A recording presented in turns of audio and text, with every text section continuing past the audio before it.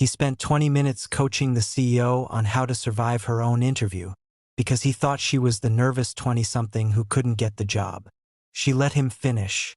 She thanked him, and then she walked into the boardroom and sat down at the head of the table. If you've ever been underestimated by someone who had no idea who they were talking to, stay to the end, because what he did next is the reason this story exists. Before we dive deeper, let us know in the comments where you're watching from. We'd love to hear from you, and don't forget to hit that subscribe button so you never miss any of our upcoming videos. Terrence Hale got there 12 minutes early, because that's what you do when everything is riding on one interview. 11 years at a regional freight company outside Boston. 11 years of being the guy who noticed things. Why a routing cluster underperformed every Tuesday. Why a shift changeover in Brockton was quietly bleeding the company money nobody had asked him to find. He never made noise about it. He just fixed it and moved to the next problem. Then the company merged with an outfit out of Atlanta, and regional expertise became a line item somebody decided they could live without. Severance. A recommendation letter that used the word thorough 4 times. And a Tuesday afternoon free for the first time in a decade. That was 6 months ago. The savings account had dropped below a number he didn't like to look at. Rent in Dorchester was due in 9 days. The Civic's transmission had already cost him $400 last month and was clearly not done asking. None of that was what kept him up at night. What kept him up was Sadie, 8 years old. Brought him math problems from school not because she needed help, because she liked watching how fast he could do them. Made him coffee on Saturday mornings, always too much sugar. Set it down like she was handing him something sacred. Her mother had left when Sadie was 2, and Terrence had made a promise in that kitchen that the absence would never define either of them. Promises need a floor under them. His was getting thin. Pierce Grid Systems had called 3 weeks earlier.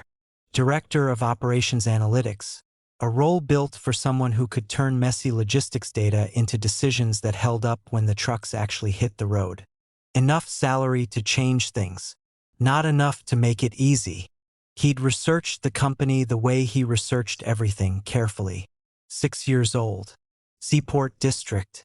Growing faster than its competitors with a leaner team. Founder and CEO.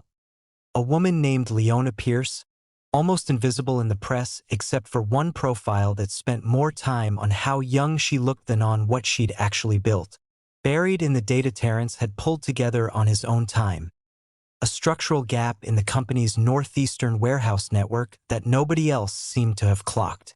He filed it away, just in case. The waiting room smelled like fresh paint and quiet money. For chairs, an untouched water pitcher. Terrence sat by the window going over his notes for the 3rd time, and that's when he heard the papers fall. A young woman near the far wall, crouched, gathering folders that had scattered across the floor. Navy blazer, no assistant, no lanyard, no company tote bag. Mid-20s, maybe younger. He crossed the room without thinking twice and helped her collect them. "First interview?" he asked. "Something like that," she said. He should have heard the gap in that answer. He didn't. He was too busy thinking about how young she looked and how a room full of people expecting someone older could turn that into a verdict before she said a word. "Don't try to seem older than you are," he told her, settling back into his chair like he had all the time in the world. "They can tell. It doesn't help. What helps is knowing something they don't expect you to know." "Like what?" So he told her not everything, but enough. That the company's on-time delivery numbers in the Northeastern Corridor had slipped in a way the forecasting software hadn't caught, which meant the problem wasn't the algorithm. It was upstream. Scheduling. Handoffs. She went quiet. "Why are you telling me this?" "Because if we're both good enough, they should find a way to keep both of us," he said. "I'm not interested in getting ahead by making sure you don't." He meant it. He'd meant it every time he'd said something like it, his whole career. Not the most common philosophy in a room full of people fighting for the same job, but he had Sadie to think about, and he couldn't afford to be someone she'd be embarrassed by later. Something shifted in the young woman's face. Small, like a door opening a little further than it had been. "That's generous," she said. "It's practical," he said. "Generous would be if I gave you my notes." The door opened. An assistant in his 30s, a lanyard, the walk of a man who'd delivered this exact line 100 times. "The board is ready for you, Miss Pierce." Terrence felt the room rearrange itself around him. "CEO Pierce?" She stood, smoothed her blazer, picked up her folders with the same unhurried calm she'd had on the floor, and she looked back at him, almost kind. "I'll see you inside, Mr. Hale." The conference room was long, pale, and lit like a place where decisions get defended, not just made. Leona Pierce sat at the center of the table, flanked by 2 senior directors, the head of product, and a board member named Graham Rourke. Silver hair, arms crossed, a face already halfway to a smile he hadn't earned yet. Terrence sat down across from all of them, knowing exactly what at least 2 people in that room had already been told. Leona spoke first. "Before we begin, I want to give you the chance to revisit anything you said in the waiting room. If there's something you'd like to walk back, now's the time." The safe answer was right there. Deflect it. Blame the informal setting. Move on. Half the table would let it go. He didn't take it. "I thought you were a candidate," he said. "I made that assumption based on your age and how you were dressed, and I acted on it without questioning it. That was a mistake." He paused. "It's a specific kind of mistake because 20 minutes earlier I told you not to let people make that exact mistake about you. I'm aware of how that lands. And the advice you gave? I stand behind the advice," he said. "I don't stand behind the assumption that produced it." Silence moved around the table at different speeds. Graham Rourke uncrossed his arms. A director made a note. Leona nodded once and turned a laptop toward him. "We have a performance problem. On-time delivery across 3 distribution hubs is down 11% over 2 quarters. Our forecasting system shows nothing wrong. Walk me through how you'd find it." Terrence looked at the screen for under a minute. The data was segmented by region but never cross-referenced against shift transition windows, which meant the algorithm was evaluating each hub in isolation, blind to the gaps where freight sat unmonitored between one cruise close and the next cruise open. "The problem isn't the algorithm," he said. "It's measuring the wrong moment." Nobody spoke. "We've had 2 consultants review this in the last 8 months, Leona said. "I read both reports," Terrence said. "Routing efficiency, fleet utilization.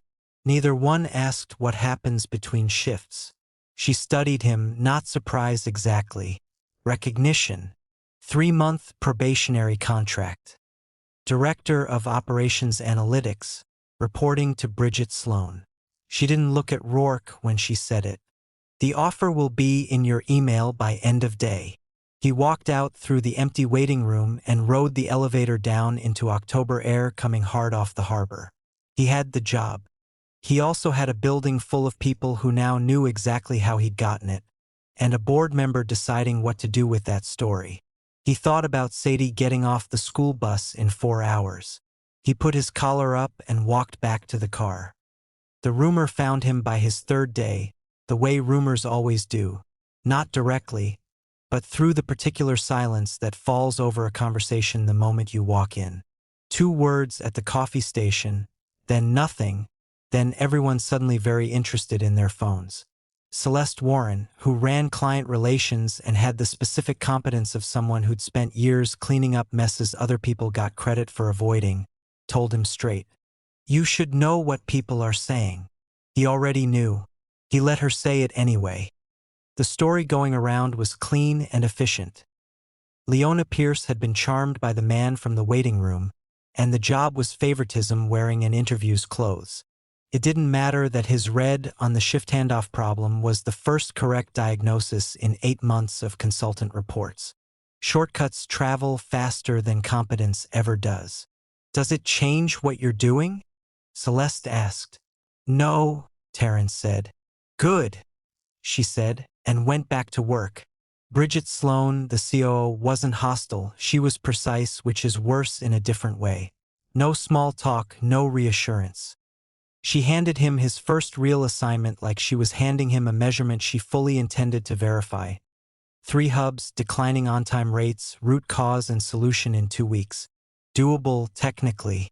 Nearly impossible for a man 3 days into a job everyone already had a story about, with supervisors who had no reason to help him. He didn't ask for their cooperation. He requested 6 months of raw logs, shift records, transfer timestamps, and pulled them himself. Sorted before Sadie got out of school. Dinner on the table by 6 every night regardless. He didn't work past 9. He never apologized for that line. The logs confirmed it. At all 3 hubs, freight was being marked transferred before the receiving crew had actually signed off. Sometimes 12 minutes, sometimes 40. Nobody stealing anything, nobody acting with malice. Just workers hitting a target that happened to create an 11% blind spot. He wrote it up and sent it to Bridget. Her reply landed at 7:15 the next morning. Come to my office at 8. She'd printed his report and marked it in 3 colors.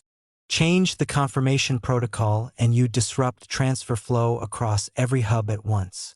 We have 22 in the Northeast. You've found 3.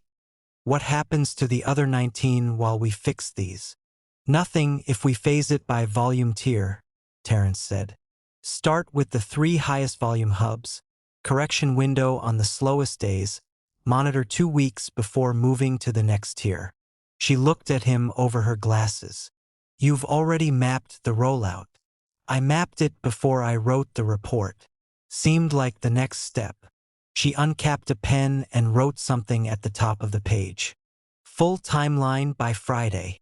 It was as close to approval as he was going to get, and he knew it. Then came Hartwell Retail Group, 1,600 distribution points up and down the eastern seaboard, a budget that made his old job look like a hobby, and a procurement team that had already walked away from 2 other bids. Winning this contract would fund the company's next stage of growth, and everyone in the building understood it, the way you understand weather coming before it arrives. Leona was running the pitch herself, built around a live demo of the forecasting model, real data, live output, proof of exactly how precisely Pierce Grid could predict delivery windows. Terrence sat in on the dress rehearsal and saw the problem on the second screen. The model had been calibrated to exclude a batch of transfer delay records that had been flagged internally as statistical outliers. They weren't outliers. They were the low-load Tuesday through Wednesday windows at the busiest hubs. Exactly where the handoff gap he'd found kept showing up. The model wasn't broken on paper. It was making a promise the system, as it actually existed right now, couldn't keep. He wrote it up and sent it through the right channel. By end of day, the answer came back through 2 people he'd never spoken to. The presentation stays as planned. The model's already been reviewed by senior engineers. Focus on your own deliverables. He picked Sadie up at 4 with 6 minutes to spare. Listened all the way through a full account of a card game dispute with her best friend. Made dinner, helped with homework. Read 2 chapters of her book aloud because she asked, even though she didn't need him to. Then he sat down at his desk that night and started writing a single page, laying out exactly what would happen to the Hartwell deal the first time a quarterly review caught up with a number the company had promised and the system couldn't deliver. He wasn't trying to be right in front of anyone this time. He was making sure that when it mattered, there'd be a record showing he'd said it first. Turn on notifications and subscribe to the channel so you don't miss part 2, where the Hartwell presentation unfolds, the fallout begins, and Leona takes action when the gap in the model becomes impossible to ignore.